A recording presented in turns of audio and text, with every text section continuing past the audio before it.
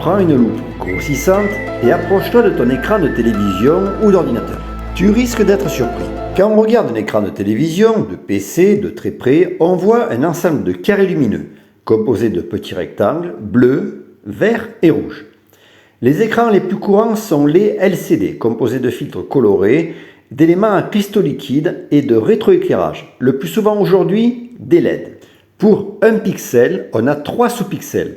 Un filtre coloré bleu, un vert et un rouge. À l'autre extrémité, il y a le rétroéclairage, qui était auparavant composé de tubes fluorescents, qui est aujourd'hui composé majoritairement de LED. Et au milieu, on va réguler le passage de la lumière grâce à 3 éléments cristaux liquides, un par sous-pixel. Les cristaux liquides sont pris en sandwich entre 2 filtres polarisés dont les fentes sont décalées de 90 degrés. Ils vont plus ou moins s'orienter en fonction du signal auquel ils auront été soumis et vont donc plus ou moins laisser passer la lumière.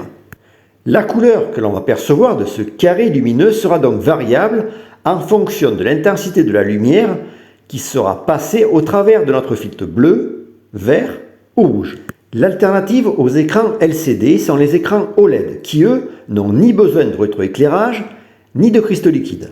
On a par contre 3 LED par pixel, bleu, vert et rouge, dont on va séparément faire varier l'intensité. Donc, pour résumer et simplifier, on trouve aujourd'hui principalement 2 types de téléviseurs. D'abord, ce qu'on appelle QLED ou bien tout simplement LED. Ce sont en réalité des écrans LCD avec un rétroéclairage par LED. Et en second type, on a les OLED qui sont réellement des écrans LED. Ici, pas de LCD ni de rétroéclairage. Tu vas peut-être me dire que j'ai oublié les écrans plasma. Or, ceux-ci ont quasiment été abandonnés, ils sont bien trop énergivores.